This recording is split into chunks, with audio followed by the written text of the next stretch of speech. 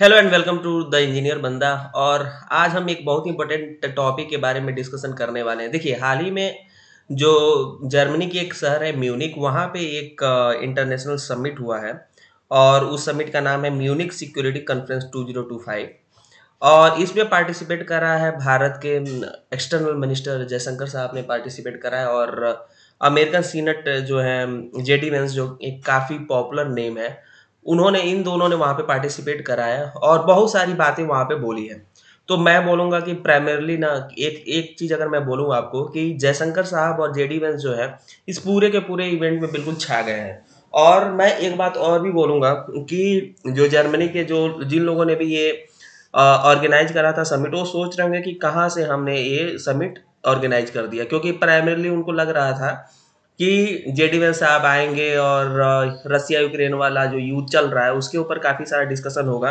बल्कि उलट JD Vance साहब ने जर्मनी को बहुत सारी चीज़ें सुनाई, बहुत सारी चीज़ें बोली। तो देखिए, छोटे छोटे क्लिप्स हैं। मैं आपको थोड़ा डिटेल में इस वीडियो में आपको समझाने की कोशिश करता हूँ कि क्या हुआ है, और इसके ऊपर काफ़ी सारे अपडेट्स आए हुए हैं। तो जल्दी से मैं इस वीडियो में कवर करने की कोशिश करता हूँ। देखिए, म्यूनिक जो है ना, एक जर्मनी का तीसरा सबसे बड़ा शहर है और ये बवारिया प्रांत की राजधानी भी है, ठीक है। और यह शहर जो है अपने सांस्कृतिक, ऐतिहासिक और कूटनीतिक महत्व के लिए भी जाना जाता है। म्यूनिक का इतिहास रोम साम्राज्य से जुड़ा हुआ है तथा यहाँ एक व्यापारिक केंद्र के रूप में भी इसको विकसित किया है जर्मनी ने। मैं थोड़ा सा आपको एक आइडिया दे देता हूँ कि म्यूनिक कैसा है, क्या है, वो कैसी सिटी है, और इसके बारे में मैं थोड़ा सा आपको समझाने की कोशिश करता हूँ। देखिए, सेकेंड वर्ल्ड वॉर के दौरान म्यूनिक नाजी पार्टी का मुख्यालय भी था, जिससे इसका नाम काले इतिहास में भी जुड़ा हुआ है। तो जो जर्मनी की नाजी पार्टी थी, जो हिटलर था, उसकी उसका जो मुख्यालय था वो इसी सिटी में था, ठीक है। अब इसका जो अभी जो लेटेस्ट मॉडर्न स्वरूप है उसमें क्या है कि ये यूरोप का एक प्रमुख आर्थिक और तकनीकी केंद्र बन चुका है तथा हर साल यहाँ पे कई महत्वपूर्ण अंतर्राष्ट्रीय कार्यक्रम होते रहते हैं, जिसमें म्यूनिक सिक्योरिटी कॉन्फ्रेंस सबसे महत्वपूर्ण है, जो अभी हुआ है, हाल ही में हुआ है। अब थोड़ा सा जान लेते हैं कि भाई ये जो समिट हो रहा है इसका क्या इम्पोर्टेंस है और ये कब से शुरू हुआ है। तो देखिए, यह सम्मेलन जो है ना 1963 में इवाल्ड वॉन क्लिस्ट नामक जर्मन सैन्य विशेषज्ञ द्वारा शुरू किया गया था। शुरुआत में इसे नाटो देशों के लिए आयोजित किया गया तथा, लेकिन यह अब दुनिया के सबसे बड़े सुरक्षा और कूटनीतिक सम्मेलनों में से एक बन चुका है। एमएससी का क्या मुख्य उद्देश्य है, जो भी म्यूनिक सिक्योरिटी कॉन्फ्रेंस है, इसका क्या मुख्य उद्देश्य है? देखिए, अंतर्राष्ट्रीय सुरक्षा और शांति को मजबूत बनाना, विभिन्न देशों के नेताओं को एक मंच देना, आतंकवाद, युद्ध, साइबर सुरक्षा, टेक्नोलॉजी और ग्लोबल पॉलिटिक्स पर यहाँ पे डिस्कशंस होते हैं। इसमें दुनिया भर के राष्ट्राध्यक्ष में भी प्रेसिडेंट्स, पीएम या रक्षा मंत्री, विदेश मंत्री, सैन्य अधिकारी, बिजनेस लीडर्स और सुरक्षा विशेषज्ञ भी आते रहते हैं। भारत, अमेरिका, जर्मनी, रूस, चीन, फ्रांस, यूके, जापान जैसे बहुत सारी इंपॉर्टेंट कंट्रीज जो हैं वो यहाँ पे हमेशा आकर के पार्टिसिपेट करते रहते हैं। अब मैं थोड़ा सा आपको बताऊं, इस जो 2025 एमएससी समिट हुआ है, इसमें इंडिया का क्या इंपॉर्टेंस रहा है। भारत देखिए एक उभरती हुई वैश्विक शक्ति है और इसकी रणनीतिक स्थिति बहुत महत्वपूर्ण हो गई है। भारत अब केवल एक क्षेत्रीय शक्ति नहीं रही है, बल्कि वैश्विक नीतियों में भारत का बड़ा इंपॉर्टेंट एक प्लेस रहा है, और भारत अपना जो भी किरदार है उसको बड़े अच्छे तरीके से निभाता है। भारत अब अर्थशास्त्र हो, टेक्नोलॉजी हो, रक्षा क्षेत्र हो, इन सारी चीज़ों में भारत एक तरह से काफ़ी स्ट्रांग बन चुका है। देखिए, अभी आपको पता होगा कि भारत के पास 600 से 700 बिलियन डॉलर्स के फॉरेन रिजर्व्स है, और हमारी इकोनॉमी भी लगभग 3.5 ट्रिलियन डॉलर्स की है। तो इसका बड़ा इंपॉर्टेंट है, और अब भारत जो बात कहता है उसको एक तरह से सारे दुनिया के वर्ल्ड लीडर्स जो है सुनते हैं। अब देखिए, जो डॉक्टर जयशंकर साहब हैं उन्होंने क्या कहा, अब मैं आपको थोड़ा सा एक आइडिया देता हूँ। देखो, जयशंकर साहब को हमेशा से ये चीज़ से लेकर के ये लोग घेरते रहते हैं। एक चीज़ मैंने हमेशा से देखा है कि एक इको आती है, जो भी यूरोप के कंट्रीज है, जर्मनी हो गया, फ्रांस हो गया, वहाँ से इको आती है कि भारत में डेमोक्रेसी खतरे में है। और आपको पता होगा कि अभी जब हमारे यहाँ इलेक्शंस हुआ था उस समय भी ये बहुत ही ज़्यादा हाईलाइटेड, बहुत ही ज़्यादा एग्रेसिव तरीके से ऑपोजिशन पार्टी ने इस मुद्दे को उठाया था कि भाई भारत में डेमोक्रेसी खतरे में। तो इसको काउंटर करना ना बड़ा इंपॉर्टेंट था, और इसको काउंटर करते हुए जयशंकर साहब ने कहा कि देखिए भाई, आप अपना देख लो, हमारे यहाँ तो डेमोक्रेसी काफ़ी अच्छे से सही से चल रही है। और एक सबसे अच्छी बात ये है, जयशंकर साहब जो बोल रहे थे उसमें मैंने देखा कि पहले जो लोग हैं ना, इतना सारा वोट करने नहीं जाते थे, बट अभी वोटिंग परसेंटेज भी काफ़ी ज़्यादा बढ़ गई है। और उन्होंने बोला कि देखो, हमारे यहाँ जो इलेक्शंस है बड़े अच्छे तरीके से कंडक्ट होते हैं। अभी हाल ही में दिल्ली में इलेक्शंस हुए विधानसभा के, और उससे पहले पार्लियामेंट के भी इलेक्शंस हुए 2024 में। तो उन्होंने बोला कि क्या नाम है कि उन्होंने अपना उंगली दिखाते हुए भी, मैंने देखा कि वीडियो में उन्होंने अपनी उंगली दिखाते हुए बोला कि देखो भाई, मैं खुद वोट करके आया हूँ, ठीक है। तो वो बोल रहे हैं, उन्होंने बोला कि देखो आप अपना देख लो, आप हमेशा हमारे यहाँ आकर के हर चीज़ में उंगली करते हो, ये बड़ी गलत बात है। तो ये जयशंकर साहब ने बोला। दूसरी चीज़ जो जयशंकर साहब ने बोली, देखो जयशंकर साहब से वहाँ के जो भी वहाँ पे पैनलिस्ट वगैरह थे ना, जो हमेशा लिखते रहते हैं वर्ल्ड अफेयर्स पे और उन सब चीज़ों पे, वो हमेशा ये पॉइंट आउट करते रहते हैं कि भारत में डेमोक्रेसी बड़ा वीक है, और ये सब चीज़ें पॉइंट आउट करते रहते हैं, बड़ा पॉइंट बनाते हैं। लेकिन और एक चीज़ जो जयशंकर साहब ने कही कि देखो भाई, आपके यहाँ के जो एम्बेसडर लोग हैं, जो यूरोप के एम्बेसडर हैं, इंडिया में जाते हैं, और इंडिया में जा कर के वहाँ पे जो क्या नाम है कि एक तरह से जो एक विपक्ष की पार्टी होती है, एक मेन स्ट्रीम, मतलब कि जिनका एक सत्ता वाली पार्टी होती है, और एक होता है, देखिए यहाँ पे ये वाली चीज आप बड़ा ध्यान से देखिएगा कि जयशंकर साहब ने बोला है कि सारे कंट्री में ना एक मेन स्ट्रीम पॉलिटिक्स होती है और एक आउटलायर्स होते हैं। तो अभी आपको पता होगा कि भारत में जब यहाँ के जो दिल्ली के चीफ मिनिस्टर थे अरविंद केजरीवाल, उनको लीकर वाले स्कैम में जब गिरफ्तार किया गया था ना, तो उस समय मैं देख रहा था जर्मनी के जो यहाँ पे एम्बेसडर है, वो बार बार बोल रहे थे कि भाई यहाँ पे केजरीवाल को न्याय मिलना चाहिए। या जब भी सीए एनआरसी वाला मुद्दा हो, या बहुत सारे मुद्दे जो हुए हैं, उसमें ये लोग हमेशा अपनी नाक और अपनी टांग अड़ाते रहते हैं। तो मैं बोलता हूँ भाई, अपना अपने घर में देख लो, अपने घर में देखो। और जयशंकर साहब ने भी यही चीज बोली है कि भाई एक हमारी न्यायिक प्रक्रिया है, और वो इस चीज को हैंडल करेगी। आप इस इन सब चीजों में क्यों जा करके घुसते रहते हो? देखो होता क्या है ना कि यहाँ पे जो आउटलायर्स या और जो लोग हैं ना, वो लोग क्या करते हैं कि अम्बेसडर सबके पास जाते हैं और उनको बोलते हैं कि देखो ये हो रहा है, वो हो रहा है, और वो मीडिया में आकर के उल्टे सीधे ज्ञान की बातें बोलते रहते हैं। तो ये चीज बड़ा अच्छा लगा, जयशंकर साहब ने इस चीज को हाईलाइट करा कि आप लोग अपनी चीजें देखो।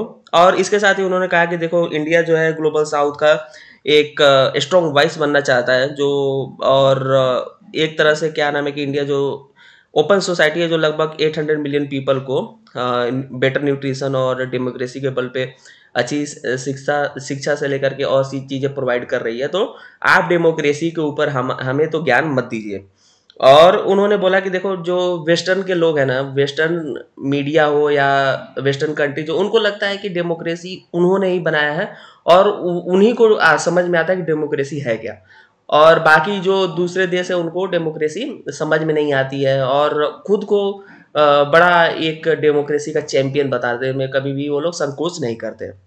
दूसरी चीज़ मैं आपको बताऊं, देखो डेमोक्रेसी डेमोक्रेसी इतना ये लोग हमेशा से करते रहते हैं, लेकिन जेडी वंश साहब ने जो चीज़ें कही हैं उनके डेमोक्रेसी के ऊपर, वो भी मैं डिस्कस करूंगा।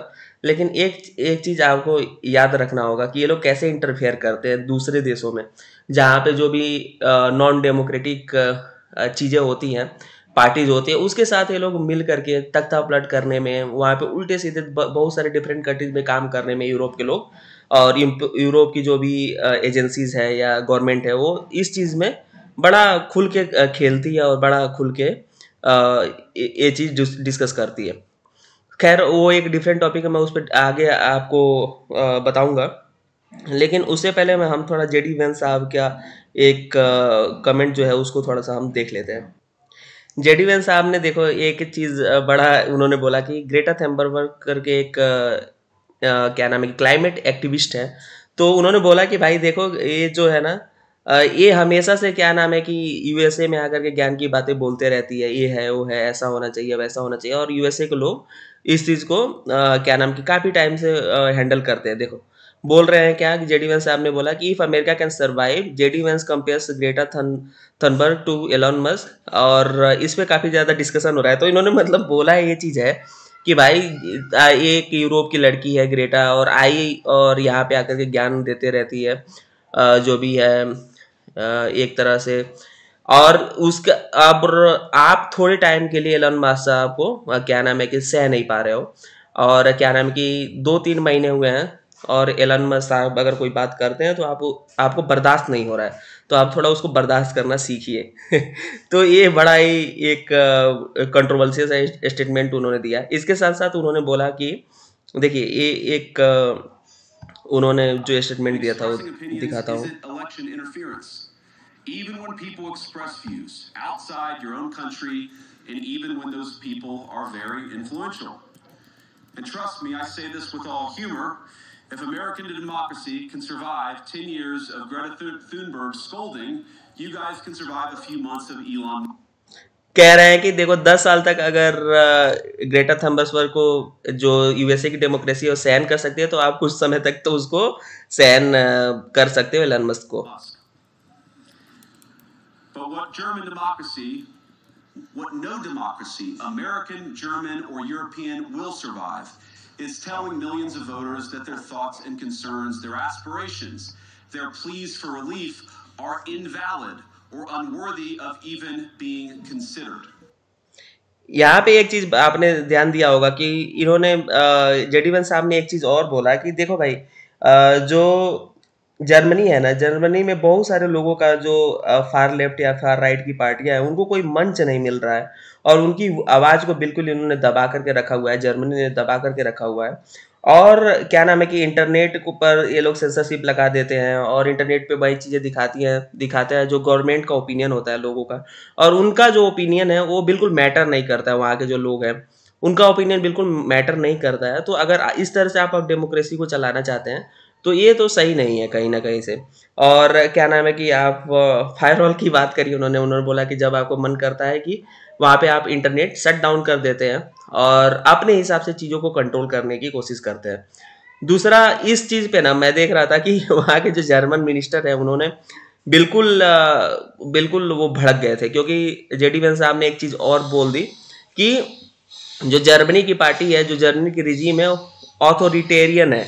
और दूसरी चीज उन्होंने बोल दी, आपको क्या लगता है, मैं आपसे पूछता हूँ कि क्या वहाँ पे डिक्टेटरशिप है, क्या जर्मनी की जो रिजीम है वो ऑथोरिटेरियन है?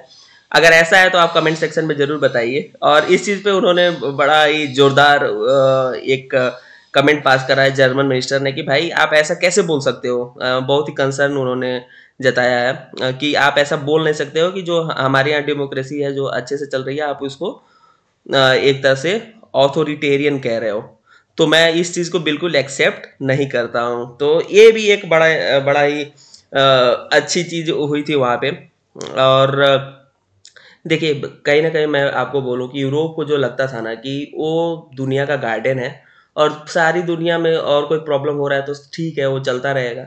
हमारे यहाँ यूरोप में कोई प्रॉब्लम नहीं होना चाहिए। अब इस चीज़ का अंत शुरू हो गया है, क्योंकि अब यूएसए जो है यूरोप से अपने आप को अलग करना चाहता है। उसकी सिक्योरिटी के लिए मुझे लगता है कि फ्रांस के लीडरशिप में ना कुछ ही टाइम में यूरोपियन यूनियन जो है अपनी सिक्योरिटी के लिए एक अलग चीज़ें बनाएगा। और अब मुझे लगता है कि डिपेंडेंस उसकी यूएसए पे कम हो गया, और यूएसए भी यही चाहता है। जो डोनाल्ड ट्रंप का जो आप नीति देखोगे तो वो यही चाहते हैं कि इनके ऊपर डिपेंडेंस कम हो जाए।